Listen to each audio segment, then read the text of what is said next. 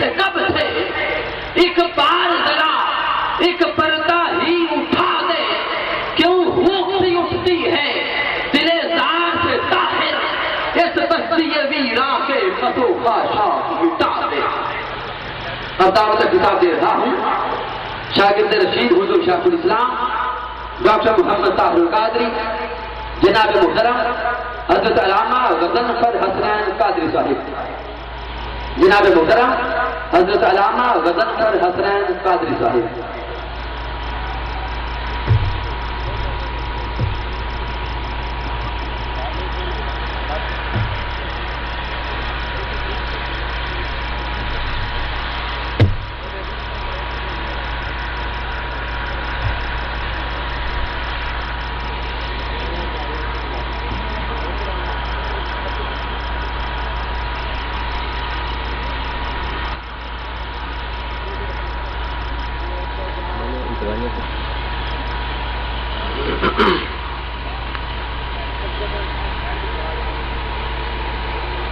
نحمده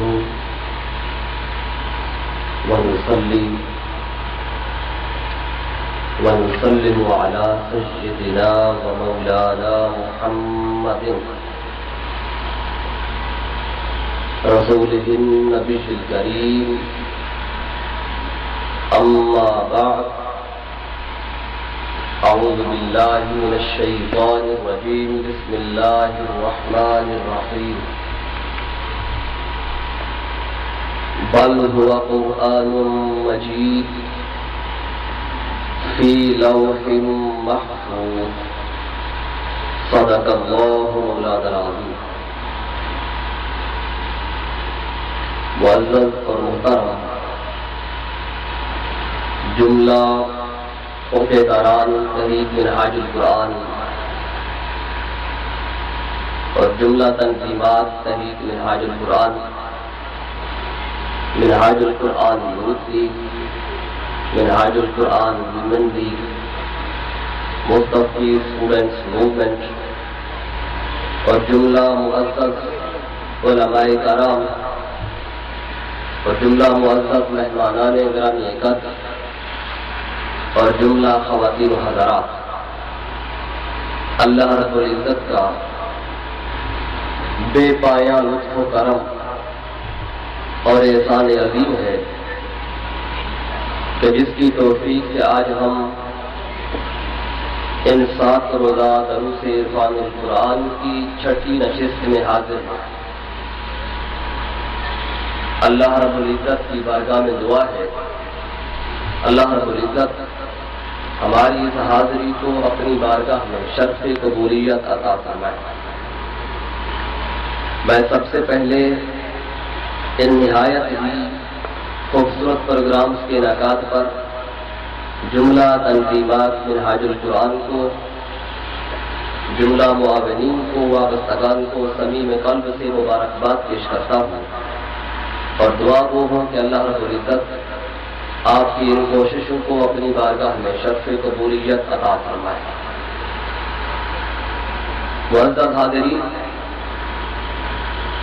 جیسا کہ آپ کے علم میں ہے کہ آج کی یہ 6ٹھی نشست، اس نشست میں جو موضوع زیر بحث ہے وہ ہے عظمت قرآن۔ حضرات محترم، ایک بات ذہن میں رکھنی ہے کہ یہ قرآن خدا کا کلام ہے۔ جس طرح خدا کی ذات لامحدود ہے، اسی طرح خدا کے کلام کا جو مرتبہ اور مقام اور عظمت ہے وہ بھی لامحدود ہے۔ تو میں جو کچھ بیان کروں گا یہ میری بساط کے مطابق ہوگا۔ قرآن پاک کی عظمت کیا ہے یہ اس کے متکلم کی شان سے اندازہ لگایا جا سکتا ہے۔ کلام کرنے والا جتنا عظیم ہوتا ہے اس کا کلام بھی اتنا عظیم ہوتا ہے۔ جب متکلم کی عظمت کی کوئی حد نہیں ہے تو پھر اس کے کلام کی عظمت کی کوئی حد نہیں ہو سکتی. تو آج کی نشست میں عظمت قرآن کے حوالے سے چند ایک باتیں میں آپ کے سامنے پیش کروں گا. آپ دیکھیں کہ جس کتاب کے متعلق اللہ رب العزت نے خود یہ فرمایا ہو کہ بل ہوا قرآن مجید، کہ بلکہ یہ بڑا عظمت والا قرآن ہے، تو جس کو عظمت والا خود خدا کہے اس کی عظمت کا عالم کیا ہوگا. پھر جس قرآن کے بارے میں، جس کتاب کے بارے میں رب خود یوں فرمائے کہ ذالک الکتاب لا ریب فیہ، یہ وہ عظیم کتاب ہے جس میں کسی شک کی گنجائش ہی نہیں، تو اس کتاب کی عظمت کا عالم کیا ہوگا. اور پھر جس کتاب کی حفاظت کا ذمہ خود خدا نے اپنے ہاتھ میں رکھا ہو، یہ فرما کر کہ انا نحن نزلنا الذکر وانا لہ لحافظون، تو اس کتاب کی عظمت کا عالم کیا ہوگا. اور پھر جس کتاب کا معلم خود خدا ہو اس کتاب کی عظمت کا عالم کیا ہوگا. اور پھر جس کتاب میں اللہ رب العزت نے اول سے آخر تک ہر شے کا علم رکھ دیا ہو، یہ فرما کر کہ ولا رطب ولا یابس الا فی کتاب مبین، کہ وہ خشکی میں کوئی ایسی چیز نہیں، نہ تری کا کوئی ایسا علم ہے جو اس کتاب مبین میں موجود نہ ہو. حضرات محترم، اب جس کتاب میں اللہ رب العزت نے ہر آسمانی کتاب کا علم رکھ دیا ہو، اب اس کتاب کی عظمت کا عالم کیا ہوگا. تو آج کی اس نشست میں قرآن مجید کے ان سارے جو عظمت کے پہلو ہیں ان کو بیان کرنا ممکن نہیں. تو آج کی اس نشست میں قرآن پاک کی عظمت کا صرف ایک پہلو چند ایک باتوں کے حوالے سے ہم بیان کریں گے، وہ ہے قرآن مجید میں ہر شے کا علم ہونا، قرآن مجید کا جامع العلوم ہونا. یہ وہ عظیم کتاب ہے جس میں اللہ نے ہر شے کا علم رکھا ہے، جامع العلوم ہے. قبل اس کے کہ میں قرآن مجید سے قرآن پاک کے جامع العلوم ہونے پر دلائل پیش کروں، لفظ قرآن کا جو معنی اور مفہوم ہے ہم اس کو دیکھتے ہیں. کیا لفظ قرآن کا معنی اور مفہوم بھی ہمارے اس دعویٰ کی تائید کرتا ہے کہ نہیں کرتا. علماء لغت نے لفظ قرآن کے کچھ مادہ اشتقاق بیان کیے، جہاں جہاں سے لفظ قرآن نکلا ہے ان کے روٹ ورڈ کیا ہے. علماء لغت نے اس کے 4 مادے بیان کیے. سب سے پہلا مادہ جہاں سے لفظ قرآن نکلا ہے وہ ہے قارا. دوسرا اس کا جو مادہ اشتقاق ہے وہ ہے قارنا. تیسرا مادہ اشتقاق قرآن مجید کا وہ ہے قراءۃ. اور چوتھا مادہ اشتقاق ہے قرائن. تو 4 مادے بیان کیے. تو آج کی نشست میں ہر مادے پر الگ الگ بات کرنا بھی ممکن نہیں. تو جو سب سے پہلا مادہ قرآن مجید کا قراء، آج کی نشست میں ہم نے اس پہ بات کرنی ہے. عربی زبان میں کہا جاتا ہے کہ قارع الماء فی الحوض، کہ اس نے حوض میں پانی جمع کیا. تو لفظ قارع میں جمع کرنے کا معنی پایا جاتا ہے. تو اس لحاظ سے اگر قرآن کا مادہ اشتقاق قارع ہو تو لفظ قرآن کے 2 معنی بنتے ہیں. ایک یہ کہ وہ کتاب جس کو جمع کیا گیا ہو، اور دوسرا یہ کہ وہ کتاب جس میں سب کچھ جمع کیا گیا ہو. اب قرآن پاک کی جامعیت کے حوالے سے قرآن مجید خود اس کی دلیل پیش کرتا ہے. قرآن مجید سورۃ نحل آیت نمبر 89 میں اللہ تعالی نے فرمایا وَنَزَّلْنَا عَلَيْكَ الْكِتَابَ تِبْيَانًا لِكُلِّ شَيْءٍ، محبوب یہ جو کتاب ہم نے آپ پہ اتاری ہے یہ ہر شے کو کھول کے بیان کرنے والی ہے. ایک اور مقام پہ فرمایا سورۃ یوسف آیت نمبر 111 میں وَتَفْصِيلَ كُلِّ شَيْءٍ، یہ قرآن ہر شے کی تفصیل بیان کرنے والا ہے. پھر سورۃ بنی اسرائیل آیت نمبر 12 میں فرمایا وَكُلَّ شَيْءٍ فَصَّلْنَاهُ تَفْصِيلًا، اللہ نے فرمایا ہم نے ہر شے کو اس قرآن میں تفصیل کے ساتھ بیان کر دیا۔ تو اللہ رب العزت نے قرآن مجید کے اندر بھی اس کی جامعیت کے حوالے سے مختلف مقامات پر اشارہ فرمایا۔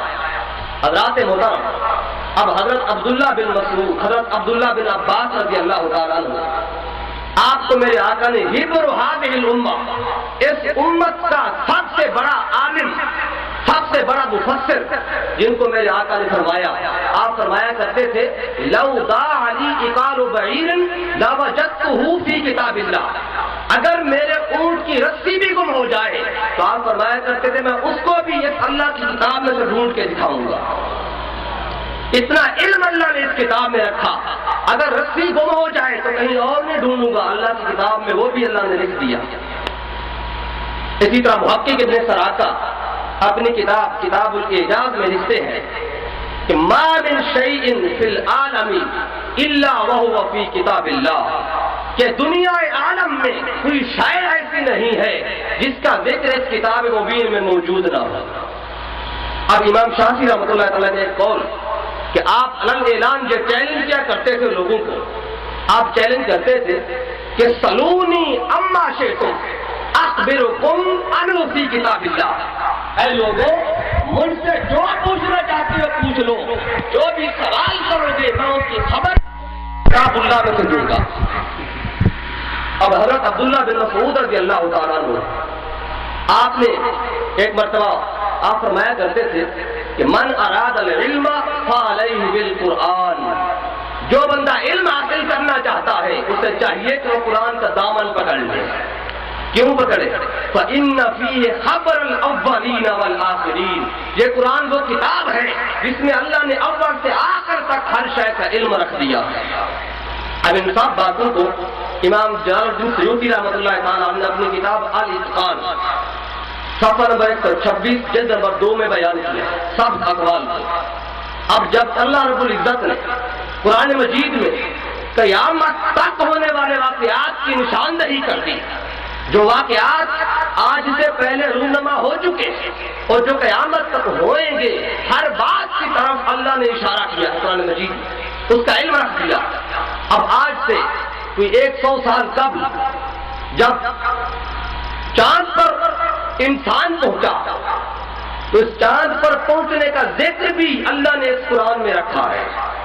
جب حضور شیخ الاسلام میرے استاد محترم پروفیسر ڈاکٹر محمد طاہر القادری مجدد اللہ علیہ، آپ ایک مرتبہ دورے پر تھے، کسی غیر مسلم نے آپ سے پوچھ لیا کہ آپ کہتے ہیں کہ قرآن مجید میں ہر شے کا علم رکھا ہے اللہ نے، تو آپ ہمیں یہ بتائیں یہ جو چاند پر گئے ہیں 3 لوگ، کیا اس کا علم بھی قرآن میں ہے کہ نہیں ہے؟ یہ جو تسخیر مہتاب کا واقعہ پیش آیا اس کا علم ہمیں بتائیں۔ تو حضور شیخ الاسلام نے فرمایا ہاں، اللہ نے اس کا علم بھی قرآن میں رکھا ہے۔ سورۃ الانشقاق آیت نمبر 18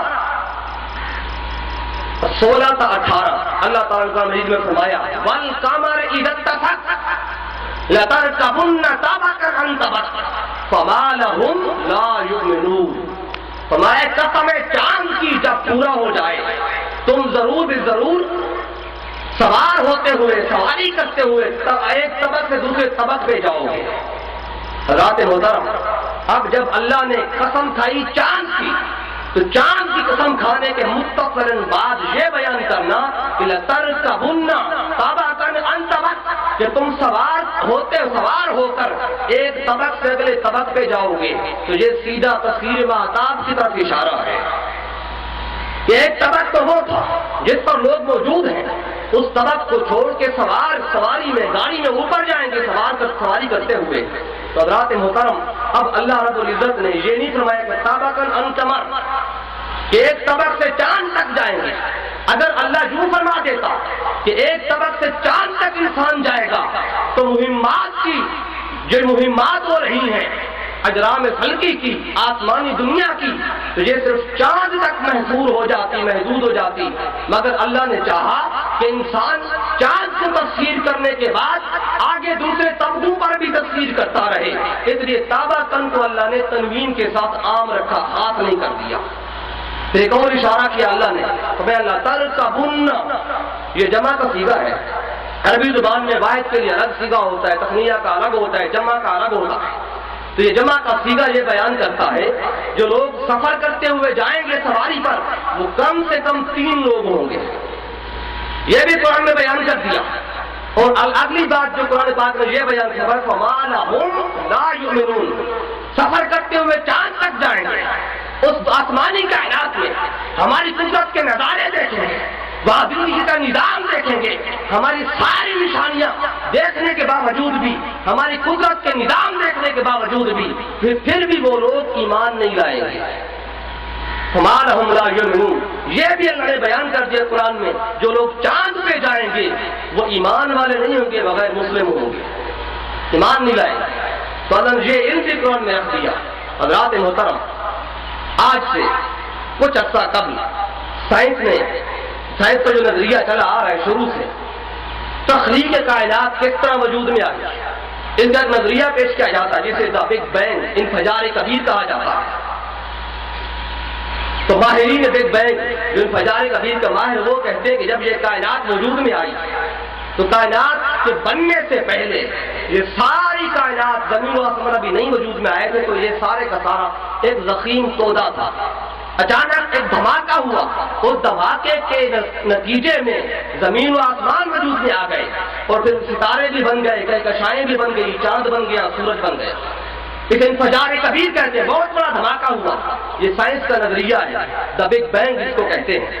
حضرات محترم، سائنس نے دا بگ بینگ آج سے کچھ عرصہ قبل اس کی تحقیق کی، مگر اللہ نے اس کا علم بھی قرآن میں جب غار حرا کے خلوتوں میں میرے آقا کے دل پر قرآن اتر رہا تھا تو اللہ نے دا بگ بینگ کا علم بھی قرآن مجید میں یہ بھی رکھ دیا. اللہ تعالیٰ نے قرآن مجید میں فرمایا اولم یر الذین کفروا ان السماوات والارض کانتا رتقا ففتقناہما. میں کیا کافر لوگوں نے نہیں دیکھا کہ جملہ آسمانی کائنات اور زمین سب ایک اکائی کی شکل میں جڑے ہوئے تھے. ففتقناہما، پھر ہم نے ان کو پھاڑ کر جدا جدا کر دیا. دا بگ بینگ بھی قرآن میں آ گیا. ایک اور تصور جو سائنس کا فلکیاتی سائنسدان جس بات پر متفق ہیں کہ جب کہکشائیں آسمانی دنیا میں وجود میں نہیں آئی تھی اس وقت کہکشاؤں کے درمیان ایک مادہ پایا جاتا تھا جس کو گیس کہا جاتا. گیسوں کا ایک مادہ تھا دھوئیں کی شکل میں. اس پر سب فلکیاتی سائنسدان متفق ہیں. حضرات محترم، ان کا یہ نظریہ کہ کہکشاؤں کے وجود میں آنے سے پہلے دھواں تھا آسمانی کائنات میں، کیسے تھی، تو یہ تصور بھی اللہ نے قرآن میں بیان کر دیا. 1400 سال پہلے اللہ تعالیٰ نے قرآن مجید میں فرمایا ثم استوى الى السماء وهي دخان. جب پھر اللہ آسمانی کائنات کی طرف متوجہ ہوا تو کیا دیکھا، وہاں دھواں ہی دھواں تھا. یہ علم بھی آ گیا. اس کے بعد ایک اور جو بڑی عام بات آپ کرنا چاہتا ہوں، زمانہ قدیم کے لوگوں میں یہ بات کثرت کے ساتھ پائی جاتی تھی اور اس بات پر ان کا یقین تھا کہ جس زمین پر ہم بیٹھے ہوئے ہیں، چلتے پھرتے زندگی گزارتے ہیں، یہ ساری کی ساری زمین چپٹی شکل میں ہے. وہ کہتے تھے فلیٹ شکل میں ہے، بیلوی شکل میں نہیں ہے. اس لیے انسان عرصہ دراز تک، صدیوں تک دور کا سفر نہیں کرتا تھا. کہیں چلتے چلتے زمین چپٹی ہے، فلیٹ ہے، دوسرے کنارے سے گر نہ جاؤ، سفر کرنے نہیں جاتے تھے. حضرات محترم، سب سے پہلے جس نے یہ نظریہ بیان کیا کہ زمین چپٹی یا فلیٹ شکل میں نہیں ہے بلکہ بیلوی شکل میں ہے، وہ ایک سائنسدان تھے سر فرانسس ڈریک، جنہوں نے 1597 عیسوی میں بحری سفر کیا ساری دنیا کا. اور دنیا کا سفر کرنے کے بعد یہ بات ثابت کی کہ زمین فلیٹ چپٹی شکل میں نہیں بلکہ گول ہے، بیلوی شکل میں ہے. حضرات محترم، جس کو سائنس نے آج بیان کیا کچھ عرصہ قبل، اللہ نے یہ علم بھی کہ زمین چپٹی نہیں بلکہ بیلوی شکل میں ہے، یہ علم بھی اللہ نے قرآن میں رکھا. اللہ تعالیٰ نے قرآن مجید سورۃ لقمان آیت نمبر 21 میں 29 میں فرمایا الم تر ان اللہ یولج اللیل فی النہار ویولج النہار فی اللیل. فرمایا کہ کیا آپ نے نہیں دیکھا کہ بے شک اللہ رات کو دن میں داخل کرتا ہے اور دن کو رات میں داخل کرتا ہے. رات محترم، یہاں سے یہ نظریہ وجود لے رہا ہے کہ زمین چپٹی نہیں بلکہ بیلوی شکل میں ہے. اس کی دلیل یہ ہے کہ اللہ رات کو دن میں داخل کرتا ہے، پھر دن کو رات میں داخل کرتا ہے۔ رات کو دن میں داخل کرنا، دن کو رات میں داخل کرنا، یہ دفعتاً وقوع پذیر نہیں ہوتا، تدریجاً ہوتا ہے، وقفے وقفے سے ہوتا ہے۔ اب یہاں پر سورج نکلنے کا وقت ہے، ذرا مغرب میں چلے جائیں تو ابھی وہاں پہ اندھیرا ہوگا، اس سے آگے چلے جائیں تو ابھی وہاں پر آدھی رات کا وقت ہوگا، اس سے اور آگے چلے جائیں تو وہاں پر بھی اسی طرح رات کا وقت ہوگا۔ تو ایک وقت میں اگر زمین فلیٹ شکل میں ہوتی، چپٹی شکل میں ہوتی، ایک ہی وقت میں رات آ جاتی ساری کائنات میں، اور ایک ہی وقت میں دن آ جاتا۔ تو یہ تصور بھی اللہ نے بیان کر دیا۔ اس کے بعد ایک اور آیت میں تصور کا اللہ نے بیان فرمایا، سورۃ الزمر آیت نمبر 5 میں فرمایا یکبر اللیل علی النہار ویکبر النہار علی اللیل، کہ اللہ رات کو دن پہ لپیٹتا ہے اور دن کو رات پہ لپیٹتا ہے۔ کبر، یہ لفظ اللہ نے استعمال فرمایا۔ اب لپیٹنا جو ہوتا ہے تدریجاً ہوتا ہے، دفعتاً نہیں ہوتا۔ آپ سر پر پگڑی لپیٹتے ہیں تو تدریجاً ہوتی ہے، ایک وقت میں یوں کیا لپٹ نہیں جاتی۔ تو لپیٹنے کا لفظ بیان کر کے اللہ نے اس بات کی طرف اشارہ کر دیا کہ دن اور رات دفعتاً وقوع پذیر نہیں ہوتے، کہ زمین چپٹی شکل میں نہیں ہے، کہ زمین بیضوی شکل میں ہے، کہ کبھی کہیں پہ دن ہوتا ہے، کہیں پہ شام ہوتی ہے، کہیں پہ رات ہوتی ہے، یہ زمین یوں گول بیضوی شکل میں چلتی رہتی ہے۔ یہ تصور بھی قرآن نے بیان کر دیا۔ ایک اور فلکیاتی طبیعیات کے ماہرین نے بڑا جو ایک اہم نظریہ اپنا بیان کیا کہ خلا میں ستاروں کے مابین، جو ستارے خلا میں موجود ہیں، انہوں نے نظریہ بیان کیا خلا میں جو ستارے ہیں ان کے درمیان ایک مادہ پایا جاتا ہے، پل دریافت کیا، ان کو پلازما کا نام دیا جاتا ہے۔ اس نظریے کو سائنس نے آج سے کچھ عرصہ قبل بیان کیا۔ حضرات محترم، ان کے اس نظریے کو بھی کہ خلا میں ستاروں کے درمیان پلازما ہے، ان کے پل آج دریافت ہوئے، مگر اللہ نے یہ علم بھی میرے آقا پر آج سے 1400 سال پہلے اس کا بھی انکشاف کر دیا۔ اللہ نے قرآن مجید میں فرمایا سورۃ الفرقان آیت نمبر 59 میں الذی خلق السماوات والارض وما بینہما، وہ جس نے آسمانوں اور زمین کو بنایا اور جو کچھ ان کے درمیان ہے پلازما اس کو بھی بنایا، یہ علم بھی رکھ دیا۔ حضرات محترم، ایک اور جو بڑی اہم بات آج سے 85 سال قبل یہ نظریہ، یہ تحقیق سائنس نے بیان کی، جو ابھی عرض کر رہا ہوں۔ 1925 میں ایک امریکی ماہر فلکیات ایڈون ہبل نے مشاہدہ کیا۔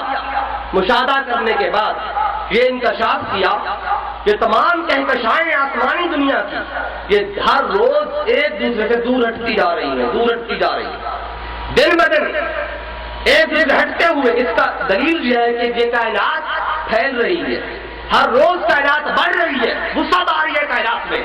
تو جس کو سائنس نے 1925 میں بیان کیا، اللہ نے یہ علم بھی کہ کائنات پھیل رہی ہے، اس کا علم بھی قرآن میں 1400 سال پہلے وہ بھی اللہ نے قرآن میں رکھ دیا۔ سورۃ الذاریات آیت نمبر 45 میں اللہ نے فرمایا والسماء بنیناها بأید وإنا لموسعون، فرمایا اور آسمانی کائنات کو ہم نے بڑی قوت کے ساتھ بنایا اور یقیناً ہم اس کائنات کو وسعت اور پھیلاؤ دیتے جا رہے ہیں۔ تو کائنات کے پھیلنے کا تصور بھی قرآن میں آیا۔ ایک اور بڑی اہم بات، آج سائنس کی کتب آپ پڑھ کے دیکھیں تو وہاں پہ آپ کو بات ملے گی کہ سائنس نے آج سے 430 سال پہلے اور 1580 میں برنارڈ بیلس ایک پہلا شخص تھا جس نے پانی کا چکر بیان کیا، واٹر سائیکل بیان کیا کہ پانی کس طرح سمندروں سے بخارات کی شکل میں اٹھتا ہے، پھر وہاں سے خشکی کی طرف سفر کرتا ہے، پھر بارش برستی ہے، جھیلوں کی ندیوں کی شکل میں، پھر وہی پانی سمندر میں جاتا ہے۔ یہ تصور بیان کا نظریہ آیا 430 سال پہلے، مگر اللہ نے یہ تصور بھی سائنس نے 430 سال پہلے بیان کیا، اللہ نے 1400 سال پہلے یہ بھی قرآن میں رکھ دیا۔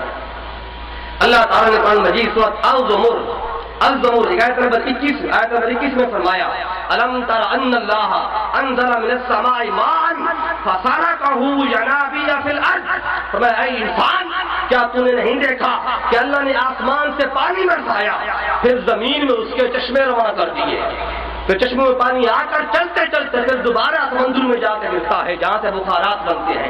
تو یہ پانی کا چکر بھی قرآن میں آ گیا. حضرات محترم، اسی طرح ایک اور جو بڑی اہم بات آج کی سائنس بیان کرتی ہے، سائنسدان جدید آلات کے ذریعے آج اس بات پہ پہنچی، یہ تحقیق آج کچھ عرصہ قبل کی ہے کہ سمندر کی گہرائی میں جائیں تو سمندر کی گہرائی میں جانے کے بعد آپ کو کچھ نظر بھی نہیں آتا. خاص سمندروں کی جب گہرائی میں انسان جاتا ہے تو وہاں پر اندھیرا ہی اندھیرا ہوتا ہے. انسان کا اگر اپنا ہاتھ کٹ جائے تو اس کو اپنا خون بھی نظر نہیں آتا، محسوس ہی نہیں ہوتا. تو ان کا یہ تصور کہ سمندر کی گہرائی میں اندھیرا ہے، روشنی نہیں، اللہ نے یہ تصور بھی سورۃ نور آیت نمبر 40 میں 1400 سال پہلے یہ بھی بیان کر دیا. میں او کا ظلمات فی بحر اللجج یغشاہ موج من فوقہ موج من فوقہ سحاب ظلمات بعضها فوق بعض. سمندر کی گہرائی میں جائے، تہ در تہ بادل ہے، اس کے بعد اندھیرے پہ اندھیرا ہے. یہ تصور بھی قرآن میں. حضرات محترم، میں کس بات کی طرف اشارہ کروں؟ علم نباتات کی دنیا میں جو نباتات کے ماہرین ہیں ان نے یہ تصور، ماضی میں یہ تصور نہیں کہ اس بات پر سب متفق ہے کہ ماضی میں انسان نے پودوں میں نر اور مادہ کی تفریق نہیں تھی. جو پودے آپ کو نظر آتے ہیں ان میں بھی نر بھی ہوتا ہے، مادہ بھی ہوتا ہے، ان میں تفریق نہیں تھی ماضی میں. مگر آج جدید آلات کے ذریعے جدید تحقیق سائنس کی یہ ہے کہ پودوں میں نر بھی ہوتا ہے، مادہ بھی ہوتا ہے. حضرات محترم، سائنس آج بتاتی ہے، مگر اللہ رب العزت نے تاجدار کائنات پر غار ہرا کی خلوتوں میں جب سائنس سے ذات اللہ بلند تھا، مگر میرے آقا پر جب قرآن آ رہا تھا غار ہرا میں، اللہ نے یہ علم بھی میرے آقا پہ انکشاف کر دیا، واضح کر دیا. سورۃ طٰہٰ آیت نمبر 53 میں فرمایا وَأَنزَلَ مِنَ السَّمَاءِ مَاءً فَأَخْرَجْنَا بِهِ أَزْوَاجًا مِّن نَّبَاتٍ شَتَّىٰ. فرمایا اور آسمان کی جانب سے پانی اتارا، پھر ہم نے اس پانی کے ذریعے زمین سے انواع و اقسام کی نباتات کے جوڑے نکالے. تو پتہ چلا جو پودے ہیں یہ بھی دو قسم کے ہیں، ایک نر ہوتے ہیں، ایک مادہ ہوتے ہیں. پھر اسی طرح جو پھل ہیں ان پھلوں میں بھی آج سائنس بیان کرتی ہے پھل جو ہم کھاتے ہیں یہ نر بھی ہوتا ہے، مادہ بھی ہوتا ہے. اب یہ تصور بھی قرآن مجید میں اللہ نے 1400 سال پہلے یہ علم بھی قرآن میں رکھا. اللہ نے قرآن مجید سورۃ الرعد آیت نمبر 3 میں فرمایا وَمِن كُلِّ الثَّمَرَاتِ جَعَلَ فِيهَا زَوْجَيْنِ اثْنَيْنِ. اور ہر قسم کے پھلوں میں بھی اس نے دو جنسوں کے جوڑے بنائے. تو پھلوں میں بھی نر اور مادہ ہے، یہ بھی قرآن میں. پھر ایک اور بڑی علم حیوانات کے ماہرین ایک نظریہ بیان کرتے جو سائنس کتب میں موجود ہے کہ یہ چرندے اور پرند جو جہاں بھی رہتے ہیں، جنگلوں میں رہیں، جہاں بھی رہیں، ہوا میں رہیں، الگ الگ نہیں رہتے بلکہ یہ گروہوں کی شکل میں رہتے ہیں. سائنس نے تصور پیش کیا، اللہ نے ان کا یہ تصور بھی قرآن میں بیان کر دیا. سورۃ النحل آیت نمبر 79 میں اللہ نے فرمایا اَوَلَمْ يَرَوْا إِلَى الطَّيْرِ مُسَخَّرَاتٍ فِي جَوِّ السَّمَاءِ مَا يُمْسِكُهُنَّ إِلَّا اللَّهُ. فرمایا کیا انہوں نے پرندوں کو نہیں دیکھا کہ آسمان کی فضا میں حکم کے پابند ہیں، انہیں کوئی نہیں تھامتا سوائے اللہ کے. ایک خاص شکل میں، گروہ کی شکل میں جہاں بھی ہیں گروہ کی شکل میں رہتے ہیں. یہ تصور بھی قرآن میں آیا. حضرات محترم، پھر آگے جو بڑی اہم بات عرض کرنا چاہتا ہوں، جو ایمبریالوجی کے ماہرین ہیں انہوں نے اس بات کا انکشاف کیا کہ جب بچہ ماں کے پیٹ میں ہوتا ہے، ماں کے پیٹ میں بچہ جب 24 ہفتے کا ہوتا ہے تو سننے کے قابل ہوتا ہے. یہ تحقیق بیان کی آج 24 ہفتے کے بعد بچہ ماں کے پیٹ میں سنتا ہے کچھ نہ کچھ. جب 28 ہفتے ہو جاتے ہیں تو پھر وہ بچہ اس کی جو حصے بصارت ہے، بصارت آنکھیں اس کو روشنی کو محسوس کرتی ہے. تو 24 ہفتے میں سننے کے قابل ہوتا ہے، 28ویں ہفتے میں دیکھنے کے قابل ہوتا ہے. تو انہوں نے یہ نظریہ بیان کیا کہ جو جنین ماں کے پیٹ میں آتا ہے تو پہلے سنتا ہے پھر دیکھنے کے قابل ہوتا ہے.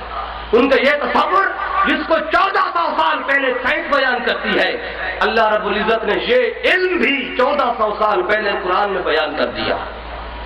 قرآن مجید سورۃ الدار آیت نمبر 2 میں اللہ نے فرمایا انا خلقنا الانسان من نطفۃ امشاج نبتلیہ فجعلناہ سمیعا بصیرا، ہم نے اس انسان کو ایک نطفہ سے بنایا اور پھر اس کو فجعلناہ سمیعا بصیرا، پھر ہم نے اس انسان کو سننے والا بنایا، پھر بتدریج دیکھنے والا بنایا۔ پہلے سماعت آئی پھر بصارت آئی۔ پھر ایک اور اہم بات جو عرض کرنا چاہتا ہوں کہ آج سے 130 سال پہلے 130 سال پہلے 1880 میں سر فرانسس گولڈ ایک سائنسدان گزرے ہیں، انہوں نے تحقیق کی تھی جتنے بھی انسان اس کائنات میں موجود ہیں کسی بھی انسان کے، اس نے کہا فنگر پرنٹس ایک دوسرے سے ملتے ہی نہیں ہیں۔ آج انگوٹھا لگایا جاتا ہے، پڑھا لکھا بھی کہتا ہے میں بھی انگوٹھا لگاؤں، جو ان پڑھ ہے وہ بھی انگوٹھا لگاتا ہے، تو پتا ہونا چاہیے پڑھے لکھے کو بھی جو فنگر پرنٹس ہیں کسی کے بھی ایک دوسرے سے ملتے نہیں ہیں، سگنیچر مل سکتے ہیں، کر سکتا ہے انسان۔ اس لیے آج انگوٹھا لگانا یہ انسان کی جو پہچان ہے اس کا ذریعہ بن گیا۔ ہر انسان انگوٹھا لگاتا ہے، اس انگوٹھے کا علم بھی قرآن میں آیا۔ حضرات محترم، وہ 130 سال پہلے کی تحقیق 1880 میں یہ نظریہ بیان کیا کہ کسی بھی انسان کے فنگر پرنٹس، چاہے جڑواں بہنیں ہوں، چاہے جڑواں بھائی ہوں، باپ بیٹا، ماں بہن، جو بھی ہو، شکلیں مل جائیں گی، ہر چیز مل سکتی ہے، ڈپلیکیٹ ہو سکتے ہیں، مگر یہ فنگر پرنٹس کبھی بھی نہیں مل سکتے۔ پھر ایک اور جو چیلنج کیا کرتے تھے غیر مسلم کہ جب ہم مر جائیں گے، مٹی ہو جائیں گے، ہماری ہڈیاں ختم ہو جائیں گی، مٹی ہو جائیں گی، پھر کس طرح ہمیں رب زندہ کرے گا؟ ہماری ہڈیاں دوبارہ کیسے بنیں گی؟ ہمارے چہرے دوبارہ کیسے بنیں گے؟ اور اب ہمیں کیسے دوبارہ بنائے گا؟ اور ہم ایک دوسرے کو کس طرح پہچانیں گے؟ ان کا یہ تصور جو چیلنج کیا کرتے تھے، اللہ نے اسی آیت میں اس کا جواب بھی دیا۔ سورۃ القیامہ آیت نمبر 3 اور 4 میں اللہ نے فرمایا اَيَحْسَبُ الْإِنسَانُ أَن لَّن نَّجْمَعَ عِظَامَهُ بَلَىٰ قَادِرِينَ عَلَىٰ أَن نُّسَوِّيَ بَنَانَهُ، میں کیا انسان یہ گمان کرتا ہے، یہ خیال کرتا ہے کہ اس کی ہڈیاں جو مرنے کے بعد ریزہ ریزہ ہو جائیں گی؟ فرمایا ہرگز ہم ان کو اکٹھا نہیں کریں گے، کیا یہ گمان کرتا ہے؟ اللہ نے فرمایا ہڈیوں کو اکٹھا کرنا ریزہ ریزہ ہونے کے بعد، مٹی ہونے کے بعد، یہ تو چھوٹا سا کام ہے۔ بلا قادرین علی ان نسوی بنانا، بلکہ ہم تو اس بات پہ بھی قادر ہیں کہ ان کی انگلی کے فنگر پرنٹس جو آدم سے لے کر آخر تک جس کے آپس میں ملتے نہیں ہیں، ہم اس بات پہ بھی قادر ہیں کہ ان کے یہ فنگر پرنٹس بھی دوبارہ بنا کے دکھا دیں گے۔ ہڈیاں تو دور کی بات ہے، ہم فنگر پرنٹس دوبارہ بنا دیں گے جس کے آپس میں ملتے ہی نہیں ہے، ہڈیاں تو آپس میں مل بھی جاتی ہیں۔ تو یہ علم بھی قرآن میں آیا۔ حضرات محترم، پھر ایک اور اہم بات یاد کرنا چاہتا ہوں کہ آج سے کچھ عرصہ قبل سائنس کی یہ تحقیق تھی جو درد محسوس کرنے کے خلیے ہیں، درد محسوس کرنے کی جو حیث ہے، چھونے کی حیث، وہ بیان کرتے ہیں سائنس کی کتابوں میں بڑی تحقیق کے ساتھ کہ اس کا جو تعلق ہے وہ دماغ کے ساتھ ہے۔ درد محسوس کرنا، چھونے کی حس جو ہے اس کا تعلق دماغ کے ساتھ ہے، مگر آج کچھ عرصہ قبل یہ نئی دریافت آئی ہے، سائنس نے یہ بتایا دماغ تو سینٹرل پوائنٹ ہے ہی محسوس کرنے کا، درد کا، مگر جو انسان کی جلد ہے اوپر والی، اس جلد کے اوپر جو خلیے ہیں یہ درد کو محسوس کرتے ہیں۔ جلد کی تہیں ہوتی ہیں، جو جلد کی سب سے اوپر والی تہ ہے، یہ تہ جو ہوتی ہے اس میں درد کو محسوس کرنے کا خلیے موجود ہیں۔ یہ تصور اس لیے جب کوئی بندہ ڈاکٹر کے پاس جاتا ہے، جو MBBS ڈاکٹر اس بات کو بڑے اچھی طریقے سے سمجھتے ہیں، جب بندہ کوئی ڈاکٹر کے پاس جاتا ہے، جلا ہوا بندہ جسم کا حصہ کوئی جل گیا ہو، تو ڈاکٹر کیا کرتا ہے؟ سب سے پہلے ایک سوئی اٹھاتا ہے، سوئی اس جلے ہوئے حصے پہ لگاتا ہے۔ اگر تو وہ سوئی لگنے سے بندہ چونک اٹھے، درد محسوس کرے، تو ڈاکٹر خوش ہو جاتا ہے، جو جلا ہوا حصہ اوپر کا یہ سطحی زخم ہے، اندرونی زخم نہیں ہے، اس لیے کہ درد کو محسوس کرنے کا خلیے اوپر والے حصے میں ہوتے ہیں، اس لیے سوئی لگنے سے درد کو محسوس کر رہا ہے۔ اگر وہ بندہ درد کو محسوس نہ کرے، ڈاکٹر پریشان ہوتا ہے، جلد کا اوپر والا حصہ سارا جل گیا ہے، اب درد محسوس نہیں ہو رہا بندے کو۔ حضرات محترم، سائنس کا یہ تصور جو 1300 سال کے بعد آ رہا ہے، اللہ نے یہ تصور بھی کہ درد کو محسوس کرنے کا خلیے جلد کے اوپر والے حصے میں ہوتے ہیں، یہ بھی اللہ نے قرآن میں بیان کر دیا۔ اب اللہ رب العزت نے قرآن مجید میں فرمایا سورۃ نساء آیت نمبر 56 میں کہ ان الذین کفروا بآیاتنا سوف نصلیہم نارا کلما نضجت جلودہم بدلناہم جلودا غیرہا لیذوقوا العذاب۔ وہ لوگ جنہوں نے ہماری آیتوں کا کفر کیا، ہم ان قریب انہیں دوزخ میں ڈالیں گے، جھونک دیں گے، اس کے بعد جب ان کی کھالیں جل جائیں گی ہم جلی ہوئی کھالیں اتار کے اس کے بدلے دوسری کھالیں ان پہ چڑھا دیں گے۔ تو کھال جب جل جائے، کھال کے جلنے کے بعد دوسری کھال کا چڑھانا اس بات کی دلیل ہے کہ اب جو درد محسوس کرنے کے خلیے تھے وہ تو چلے گئے، دوسری کھال آئے گی تاکہ بندہ درد محسوس کر سکے۔ حضرات محترم، میں کس علم کی طرف اشارہ کروں؟ اب میں فقط اس علم کے نام گنواتا جاؤں گا، اس کے طرف ریفرنس دیتے ہوئے کہ اللہ رب العزت نے قرآن مجید میں کیا کیا علم بیان کر دیا جب تاجدار کائنات پر اللہ رب العزت قرآن مجید اتار رہا تھا۔ حضرات محترم، توجہ سے اس بات کو سنیں، اللہ رب العزت نے قرآن مجید میں سارے علم بیان کر دیے، سارے علم۔ آپ دیکھیں، علم التوحید بھی اس قرآن میں ہے، علم التفسیر بھی اس قرآن میں ہے۔ اللہ نے فرمایا وَلَا يَأْتُونَكَ بِمَثَلٍ إِلَّا جِئْنَاكَ بِالْحَقِّ وَأَحْسَنَ تَفْسِيرًا۔ علم الکلام بھی اس قرآن میں ہے۔ سورۃ نمل آیت نمبر 60 میں فرمایا أَمَّنْ جَعَلَ الْأَرْضَ قَرَارًا وَجَعَلَ خِلَالَهَا أَنْهَارًا وَجَعَلَ لَهَا رَوَاسِيَ وَجَعَلَ بَيْنَ الْبَحْرَيْنِ حَاجِزًا أَإِلَٰهٌ مَّعَ اللَّهِ أَإِلَٰهٌ مَّعَ اللَّهِ۔ یہ سارا علم کلام جا رہا ہے۔ پھر علم الفرائض اور علم المیراث بھی اس قرآن میں ہے۔ سورۃ نساء آیت نمبر 11 اور 12 میں فرمایا یوصیکم اللہ فی اولادکم للذکر مثل حظ الانثیین۔ علم الفقہ اور علم القانون بھی اس قرآن میں ہے۔ سورۃ النساء آیت نمبر 58 میں فرمایا ان اللہ یامرکم ان تؤدوا الامانات الی اہلها۔ علم التزکیہ اور علم التصوف بھی اس قرآن میں ہے۔ سورۃ شمس آیت نمبر 8 تا 10 میں فرمایا فالہمها فجورها وتقواها قد افلح من زکاها وقد خاب من دساها۔ علم التعبیر بھی اس قرآن میں ہے۔ سورۃ یوسف آیت نمبر 101 میں فرمایا رب قد آتیتنی من الملک وعلمتنی من تعبیر الاحادیث۔ علم الصرف، علم النحو بھی اس قرآن میں ہے۔ رب کائنات نے فرمایا سورۃ یوسف آیت نمبر 2 انا انزلناه قرآنا عربیا۔ علم البلاغت، علم البدیع، علم المعانی، علم البیان سب اس قرآن میں ہے۔ اللہ نے فرمایا الرحمن علم القرآن خلق الانسان علمہ البیان۔ علم الفلسفہ بھی اس قرآن میں ہے، علم المنطق بھی اس قرآن میں ہے، علم الحیات بھی اس قرآن میں ہے۔ سورۃ انفال آیت نمبر 60 میں فرمایا وَأَعِدُّوا لَهُم مَّا اسْتَطَعْتُم مِّن قُوَّةٍ وَمِن رِّبَاطِ الْخَيْلِ۔ علم التاریخ بھی اس قرآن میں ہے۔ سورۃ النمل آیت نمبر 76 میں فرمایا ان هذا القرآن یقص علی بنی اسرائیل۔ علم النفسیات بھی اس قرآن میں ہے۔ سورۃ القیامہ آیت نمبر 2 میں فرمایا ولا اقسم بالنفس اللوامہ۔ علم الاخلاق بھی اس قرآن میں ہے۔ سورۃ القلم آیت نمبر 4 میں فرمایا وَإِنَّكَ لَعَلَىٰ خُلُقٍ عَظِيمٍ۔ علم السیاست بھی اس قرآن میں ہے۔ سورۃ یوسف آیت نمبر 56 میں فرمایا وَكَذَٰلِكَ مَكَّنَّا لِيُوسُفَ فِي الْأَرْضِ۔ علم الثقافت بھی اس قرآن میں ہے۔ سورۃ الروم آیت نمبر 22 میں فرمایا وَمِنْ آیَاتِهِ خَلْقُ السَّمَاوَاتِ وَالْأَرْضِ وَاخْتِلَافُ أَلْسِنَتِكُمْ وَأَلْوَانِكُمْ۔ علم المعاشرہ بھی اس قرآن میں ہے۔ سورۃ البقرہ آیت نمبر 213 میں فرمایا کان الناس امۃ واحدہ فبعث اللہ النبیین مبشرین ومنذرین۔ علم الخطاطی بھی اس قرآن میں ہے۔ البقرہ العنق آیت نمبر 4 میں فرمایا الذی علم بالقلم۔ علم المعیشت بھی اس قرآن میں ہے۔ سورۃ یوسف آیت نمبر 55 میں فرمایا قال اجعلنی علی خزائن الارض۔ علم الکیمیاء بھی اس قرآن میں ہے۔ سورۃ نازعات آیت نمبر 1 اور 2 میں فرمایا والنازعات غرقا والناشطات نشطا۔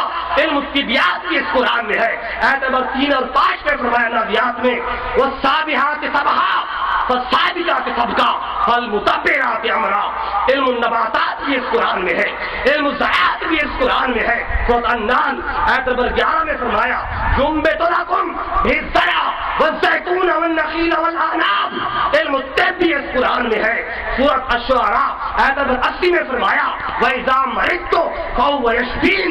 علم العدل بھی ابھی اس قرآن میں ہے، علم الجنین بھی اس قرآن میں ہے۔ اور العلق آیت نمبر 2 میں فرمایا خلق الانسان من علق، علم التخلیقیات، علم کونیات، یہ سب اس قرآن میں ہے۔ آیت نمبر 32 الانبیاء میں فرمایا وجعلنا السماء سقفا محفوظا، علم الحیت بھی اس قرآن میں ہے، علم جغرافیہ بھی اس قرآن میں ہے، علم الارضیات بھی اس قرآن میں ہے، علم الآثار بھی اس قرآن میں ہے، علم المیقات بھی اس قرآن میں ہے۔ رب کائنات نے فرمایا علم الآثار کے بارے میں سورۃ یاسین آیت نمبر 78 میں فرمایا وَضَرَبَ لَنَا مَثَلًا وَنَسِیَ خَلْقَهُ، علم المیقات وقت کے بارے میں یہ بھی قرآن میں ہے۔ وَلِتَعْلَمُوا عَدَدَ السِّنِينَ وَالْحِسَابَ، سارے علم قرآن میں رکھے، ہر علم قرآن میں رکھا۔ وہ علم نہیں جو قرآن میں نہ ہو، وہ علم نہیں جو قرآن میں آیا نہ ہو۔ یہ بات تو ثابت ہو گئی کہ ہر علم قرآن میں ہے۔ اب یہ دیکھتے ہیں قرآن کہاں پہ ہے۔ اب اگلی بات کی طرف آتے ہیں، ہر علم قرآن میں۔ اب دیکھنا ہے قرآن کہاں پہ ہے، قرآن بھی کہیں بھی تو آیا ہے نا۔ اب قرآن سے پوچھتے ہیں قرآن کہاں پہ ہے۔ اللہ نے فرمایا وَنَزَّلْنَا عَلَيْكَ الْكِتَابَ، محبوب یہ قرآن میں نے تجھ پہ اتارا۔ کہاں اتارا؟ اگلی آیت پھر اشارہ کرتی ہے فَإِنَّهُ نَزَّلَهُ عَلَىٰ قَلْبِكَ، محبوب یہ قرآن میں نے تیرے دل پہ اتارا، تیرے سینے پہ اتارا۔ تو کائنات کا ہر علم قرآن میں، اور قرآن میرے مصطفیٰ کے سینے میں۔ میں کس علم کی بات کروں حضرات محترم؟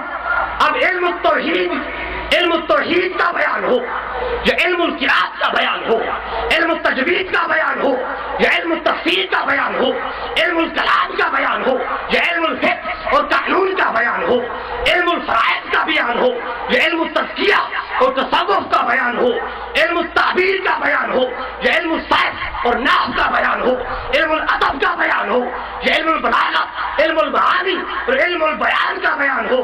حضرات محترم علم الفلسفہ کا بیان ہو، یا علم المنطق کا بیان ہو، علم الحیات کا بیان ہو، یا علم التاریخ کا بیان ہو، علم النفسیات کا بیان ہو، یا علم الاخلاق کا بیان ہو، علم السیاست کا بیان ہو، یا علم الثقافت کا بیان ہو، علم المعاشرہ ہو، یا علم الخطاطی ہو، علم الکیمیا ہو، یا علم الطبیات ہو، علم النباتات کا بیان ہو، یا علم الزراعت کا بیان ہو، علم الحیوانات کا بیان ہو، یا علم الطب کا بیان ہو، علم الادویہ ہو، یا علم الجنین ہو، علم تخلیقیات کا بیان ہو، یا علم کونیات کا بیان ہو، علم الحیات کا بیان ہو، یا علم المعیشت کا بیان ہو، علم جغرافیہ کا بیان ہو، یا علم ارضیات کا بیان ہو، علم المیقات کا بیان ہو، یا علم الآثار کا بیان ہو۔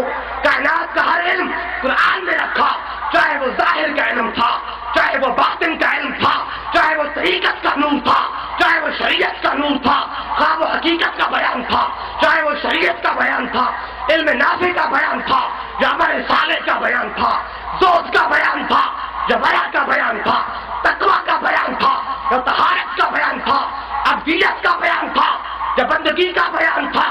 مقام جسد کی بات تھی، یا مقام قلب کی بات ہو، مقام سر کی بات ہو، یا مقام خفی کی بات ہو، مقام اخفاق کی بات ہو، یا عالم ناسوس کی بات ہو، عالم برزخ کی بات ہو، یا عالم جبروت کی بات ہو، عالم لاہوت کا بیان ہو، یا عالم ہاہوت کا بیان ہو، اس کے ادب کا بیان ہو، یا اس کی رضا کا بیان ہو، اس کے توسل کا بیان ہو، یا اس کی شفاعت کا بیان ہو، اس کے ادب کا بیان ہو، یا اس کی رفعت کا بیان ہو، اس کے حاضر کی بات ہو، یا اس کے غائب کی بات ہو۔ ہر شے کا علم قرآن میں، اور قرآن الحم سے والناس تک میرے مصطفیٰ کے سینے میں۔ تو بتاؤ کون سا ایسا علم رہ گیا جو میرے مصطفیٰ کے پاس نہیں تھا؟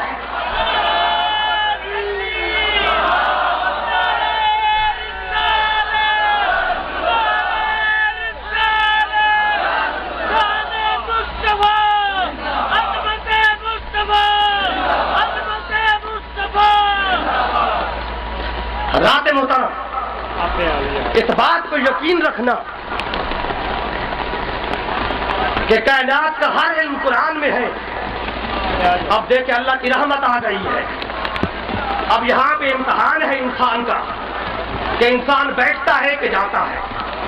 حضرات محترم، اللہ نے ہر علم قرآن میں رکھا، اور ہر علم قرآن میں رکھنے کے بعد سارا قرآن میرے آقا کے سینے میں رکھا۔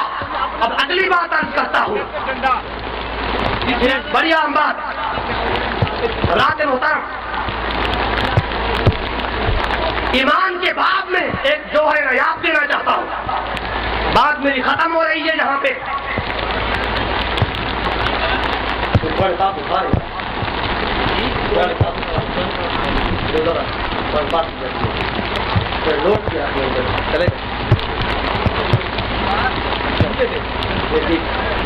حضرات محترم،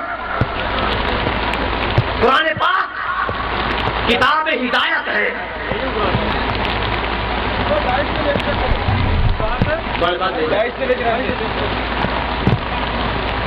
اللہ بھی دیکھ رہا ہے، اللہ کا حبیب بھی دیکھ رہا ہے کہ کس طرح عظمت خدا اور عظمت قرآن اور عظمت مصطفیٰ کا بیان، خدا اور مصطفیٰ سے محبت کرنے والے، قرآن سے محبت کرنے والے کس انداز میں سن رہے ہیں۔ ایک تاریخ رقم ہو جائے گی آج منڈی بہاؤدین کی اس سرزمین پہ۔ حضرات محترم، قرآن کتاب ہدایت ہے۔ اب آپ نے مجھے بتانا ہے کیا قرآن آج تک کے لیے ہدایت ہے یا قیامت تک کے لیے ہدایت ہے؟ قیامت تک کے لیے ہدایت ہے۔ تو قرآن کا کتاب ہدایت ہونا اور قیامت تک کے لیے ہدایت ہونا، یہی بات قرآن کے زندہ ہونے کی دلیل ہے کہ قرآن زندہ ہے، اس لیے تو ہدایت ہے قیامت کے لیے۔ ارے وہ قرآن تو کتاب ہدایت ہو گئی، کتاب زندہ ہو گئی۔ جس دل پہ قرآن آیا وہ دل زندہ کیوں نہ ہوا؟ جس دل پہ قرآن آیا، جس قلب میں قرآن آیا، قرآن تو زندہ ہو، قلب مصطفیٰ زندہ نہ ہو، یہ بات بنتی نہیں ہے۔ حضرات محترم، اب مثال سے بات کرتا ہوں تاکہ یہ بات پختہ ہو جائے۔ آپ دیکھیں نا، ایک ہوتا ہے ظرف، ایک ہوتا ہے مظروف۔ آج قرآن محفوظ ہے ہر قسم کے رد و بدل سے، ایک حرف کی تبدیلی نہیں آئی، قیامت تک نہیں آئے گی۔ اس بات پر سب کا یقین ہے، سب اس بات کو مانتے ہیں۔ تو قرآن کا محفوظ ہونا، حضرات محترم اب بات بتاتا ہوں، ایک ہوتا ہے ظرف، ایک ہوتا ہے مظروف۔ ظرف برتن ہوتا ہے، مظروف اس برتن کے اندر ہوتا ہے۔ ظرف برتن ہوگا، مظروف اس کے اندر ہوگا۔ مثال کے طور پر آپ گلاس لے لیں، پانی کی مثال دیتا ہوں۔ ایک گلاس ہو، گلاس میں پانی ہو تو گلاس ظرف ہے، پانی مظروف ہے۔ آپ نے مجھے بتانا ہے کیا پانی کی سلامتی کس میں ہے؟ بولیے نا، پانی کی سلامتی گلاس میں ہے۔ گلاس سلامت ہوگا تو پانی سلامت رہے گا، گلاس ٹوٹ گیا تو پانی بھی چلا جائے گا۔ بلا تشبیہ و بلا مثال، قلب مصطفیٰ ظرف ہے، قرآن مظروف ہے۔ قرآن آج محفوظ ہے، رد و بدل سے محفوظ ہے، کتاب ہدایت ہے۔ یہ اس بات کی دلیل ہے کہ قلب مصطفیٰ محفوظ ہے۔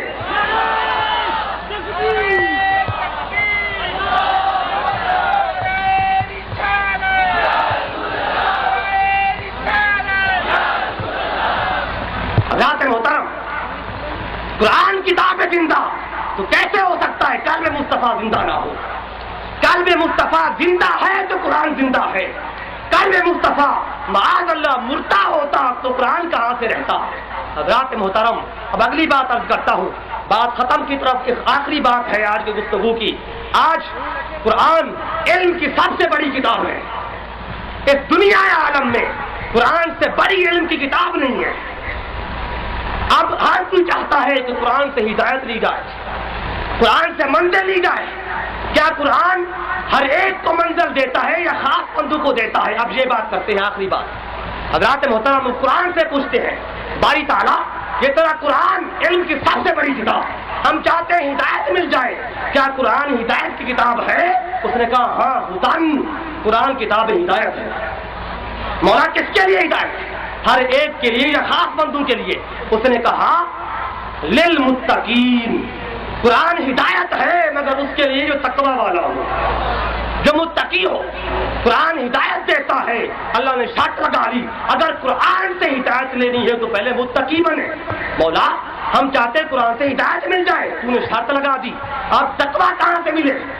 متقی بننے کے بعد ہدایت قرآن تب دیتا ہے، اس نے کہا اس نے اعمال دیے تقویٰ والے، اب اگر اعمال تقویٰ میں سے کسی بھی عمل کو تقویٰ کے ساتھ خاص نہیں کیا، اس نے روزے بھیجے، فرمایا یا ایھا الذین آمنوا کتب علیکم الصیام کما کتب علی الذین من قبلکم لعلکم تتقون، اس نے کہا روزے رکھو شاید تقویٰ مل جائے، لعل شاید کے لیے بھی آتا ہے عربی زبان میں، گارنٹی نہیں ہے، روزے رکھو ہو سکتا ہے تقویٰ ملے ہو سکتا ہے نہ ملے، مولا وہ کیوں؟ میرے آقا نے خود فرما دیا کم من صائم لیس لہ الا جوع والعطش، کتنے روزہ دار ایسے ہیں جن کو بھوک اور پیاس کے سوا ملتا ہے کچھ نہیں ہے، مطلب روزہ رکھو ہو سکتا ہے تقویٰ ملے ہو سکتا ہے نہ ملے، اس نے کہا نماز پڑھو شاید تقویٰ مل جائے، ان الصلاۃ تنہی عن الفحشاء والمنکر، انسان کو پرہیزگار بناتی ہے، برے کاموں سے روکتی ہے، مطلب یہ متقی بناتی ہے، مولا نماز ہر ایک کو متقی بناتی ہے یا خاص بندوں کو؟ اس نے کہا خاص بندوں کو بناتی ہے، کیوں؟ فویل للمصلین، پڑھتے نماز ہیں کچھ لوگ جائیں گے جہنم میں۔ اس نے بندے نے پوچھا مولا حج میں تقویٰ ہے کیا؟ روزہ میں تقویٰ ہے، نماز میں تقویٰ ہے، یا تبلیغ و جہاد میں تقویٰ ہے؟ رب نے فرمایا لوگوں یہ اعمال تقویٰ ہے، کیا کرو شاید تقویٰ مل جائے، مشروط رکھا ہے، گارنٹی کوئی نہیں، مولا کو ایسا عمل بھی بتا دے جو کریں اور تقویٰ مل جائے۔ اس نے کہا ہاں ایک عمل ایسا بھی ہے اگر کرو گے تو ہر حال میں تقویٰ ملے گا، مولا وہ کیا ہے؟ اس نے کہا ان الذین یغضون اصواتهم عند رسول اللہ، یہ شخص جو لوگ اپنی آوازوں کو بارگاہ مصطفیٰ میں پست رکھتے ہیں، اولئک الذین امتحن اللہ قلوبهم للتقوی، اللہ صرف انہی دلوں کو تقویٰ کے لیے جو ان کے خاص کر دیتا ہے۔ حضرات محترم رب نے فرمایا لوگوں تم نماز میں تقویٰ ڈھونڈتے ہو، تم روزے میں تقویٰ ڈھونڈتے ہو، تم حج میں تقویٰ ڈھونڈتے ہو، تم صدقات و خیرات میں تقویٰ ڈھونڈتے ہو، تم تبلیغ و جہاد میں تقویٰ ڈھونڈتے ہو، مگر میرے مصطفیٰ کے بعد جب بن جاؤ گے تم تقویٰ کو نہ ڈھونڈنا، تقویٰ تمہیں خود تلاش کر لے گا۔ متقی بن جاؤ، مصطفیٰ کا ادب کرو گے تقویٰ آئے گا، تقویٰ آنے کے بعد قرآن کو پڑھو گے، قرآن بھی ہدایت دے گا۔ یہاں پہ بات ختم کروں گا۔ حضرات محترم اب قرآن کا آپ کو میں نے بتا دیا تھوڑے سے وقت میں کہ قرآن کتنی بڑی علم کی کتاب ہے، اب دیکھتے ہیں کہ قرآن حقیقت میں ہے کیا۔ ایک جملے میں بات آپ کے بعد ختم کر رہا ہوں۔ رب کائنات نے قرآن کی تعریف کی، فرمایا وَإِنَّهُ لَقَوْلُ رَسُولٍ كَرِيمٍ، یہ سارا قرآن انعام سے والناس تک یہ میرے مصطفیٰ کا ایک قول ہے، سارا قرآن ہر کائنات کا علم قرآن نے رکھا اور قرآن مصطفیٰ کا ایک قول بنا دیا۔ قول کا یہ عالم ہے تو ذات کا کیا عالم ہوگا، ذات کیا عالم۔ حضرات محترم آج اگر ہم چاہتے ہیں کہ ہدایت مل جائے، اگر چاہتے ہیں کہ تقویٰ کی دولت مل جائے، نشان راہ مل جائے، حضرات محترم آج علم کی سب سے بڑی کتاب ہمارے پاس موجود ہے۔ آج دیکھیں ہمارا اس کے ساتھ تعلق کیسا ہے، ہم چاہتے ہیں کہ کامیابی ملے۔ آج ہم نے قرآن کو کیا سمجھا ہے، آج اللہ ماشاء اللہ قرآن کو ہم نے غلافوں میں بند کر کے بڑی اونچی جگہ پہ رکھتے ہیں اور ٹی وی کو نیچے رکھتے ہیں تاکہ بٹن پر ہاتھ لگ جائے بچے چلاتے رہیں، قرآن کو اوپر رکھتے ہیں نئے نئے غلافوں میں بند کر کے، یا جب بیٹی رخصت ہوتی ہے اس کو ساتھ دے دیا جاتا ہے برکت کے طور پہ، یا کبھی قسم اٹھانی ہو تو تب قرآن اٹھا کے لے آتے ہیں۔ کیا تعلق ہے ہمارا قرآن کے ساتھ؟ جو علم کی سب سے بڑی کتاب تھی اس کو ہم نے فقط چومنے کے لیے رکھ دیا، برکت کے لیے رکھ دیا۔ حضرات محترم آج اگر انسان چاہتا ہے کہ ہدایت مل جائے، کامیابی مل جائے، امن آ جائے، حضرات محترم پھر قرآن کے ساتھ تعلق قائم کرنا ہوگا۔ آج تحریک منہاج القرآن حضور شیخ الاسلام میرے استاد محترم پروفیسر ڈاکٹر محمد طاہر القادری مطلع اللہ علیہ نے پوری دنیا میں دروس عرفان القرآن کا اہتمام کیا ہے تاکہ امت کا تعلق قرآن سے جڑ جائے، صاحب قرآن سے جڑ جائے، رجوع القرآن کی طرف ساری امت کو دعوت دے رہی ہے تحریک منہاج القرآن۔ اگر آپ چاہتے ہیں کہ قرآن کی ہدایت عام ہو جائے، گھروں میں امن آ جائے، برکتیں آ جائیں، سکون آ جائے، تو قرآن کا دامن تھام لیں، تحریک منہاج القرآن کے مشن کے ساتھ آ جائے، میرے شیخ کے ساتھ شانہ بشانہ ہو جائے، اس مصطفی انقلاب کے مشن کو پوری دنیا میں عام کرنے کا عزم کریں۔ اور حضور شیخ الاسلام کا پیغام، میرے حضور شیخ الاسلام جب سے ہوش سنبھالا تب تک آج میرے شیخ الاسلام کی داڑھی مبارک کے بعد سفید ہو گئے، اس قوم کو ہدایت کی راہ بتاتے ہوئے، عشق مصطفیٰ بتاتے ہوئے، اس امت کا تعلق قرآن سے جوڑتے ہوئے، تاجدار کائنات سے جوڑتے ہوئے میرے شیخ کا یہ پیغام ہے، ارے لوگوں اس باقی دنیا میں کچھ نہیں رکھا، خدا کی قسم ذلت ہے، اگر عزت ہے تو مصطفیٰ کے قدموں میں ہے، اگر عزت ہے تو مصطفیٰ کے جوڑوں میں ہے، مصطفیٰ کی بارگاہ میں آ جاؤ، قرآن سے تعلق جوڑ دو، جب قرآن سے تعلق جڑ جائے گا، مصطفیٰ سے تعلق جڑ جائے گا، پھر خدا بھی بزبان اقبال یہ اعلان کرتا ہے کہ کی محمد سے وفا تو نے تو ہم تیرے ہیں، کی محمد سے وفا تو نے تو ہم تیرے ہیں، یہ جہاں چیز ہے کیا لوہ کرم تیرے ہیں۔ حضرات محترم، تحریک منہاج القرآن کا یہی پیغام ہے، مستقبل انقلاب کا سویرا طلوع ہو کے رہے گا انشاءاللہ، اور آج تحریک منہاج القرآن پوری انسانیت کو، عالم اسلام کو یہ بتانا چاہتی ہے، یہی تحریک منہاج القرآن کا پیغام ہے، یہی تحریک منہاج القرآن کی تعلیم ہے، یہ تحریک منہاج القرآن کا نظام ہے۔ آج تحریک منہاج القرآن آپ کی چاہتوں کے سارے رخ بند کر کے سبق رخ مصطفیٰ کی طرف کرنا چاہتی ہے۔ حضرات محترم، اس تحریک میں آئے، غلامی مصطفیٰ کا پٹا گلے میں ڈالے، میرے آقا کی تحریک پر سر تسلیم خم کر دے، آقا کی غلامی کا پٹا گلے میں ڈال دے۔ حضرات محترم، یہ تحریک رسول نما تحریک ہے، یہ حضور کا درد دکھانے والی تحریک ہے۔ آج وقت ہے، میرے شیخ کی آواز ہے، بلا رہی ہے، ایک وقت آئے گا آواز بھی بند ہو جانی ہے، ہر کسی نے چلا جانا ہے، مگر اس وقت افسوس کی سوا اور کچھ بھی نہیں ملے گا ہمیں۔ آج پہچان لیں اس بات کو، ان کے ہاتھ میں ہاتھ دے دیں۔ یہ میں سب سے یہ گزارش کروں گا کہ منہاج القرآن کی رفاقت اختیار کریں، کہ تحریک میں مائیں بہنیں بزرگ بھائی سب اس مشن کے ساتھ منسلک ہو جائے، تو غلامی مصطفیٰ کا پٹا گلے میں ڈال کر تاجدار کائنات کی تحریر پر سر تسلیم خم کر دیں۔ اللہ کی بارگاہ میں دعا ہے کہ جو کچھ ہم نے بیان کیا اور آپ نے سنا، اس پر مکمل طریقے سے ایمان لانے اور اس پر عمل کرنے کی توفیق عطا فرمائے۔ وما علیہ الا البلاغ۔ اللہم صلی علی سیدنا و مولانا محمد وعلی آلہ وصحبہ وبارک وسلم۔ اللہم انت السلام ومنک السلام وعلیک یرجع السلام، حینا ربنا بالسلام وادخلنا دار السلام، تبارکت ربنا وتعالیت یا ذا الجلال والاکرام۔ اللہم اغفر للمؤمنین والمؤمنات والمسلمین والمسلمات، اللہم من احییتہ منا فآیہ علی الاسلام۔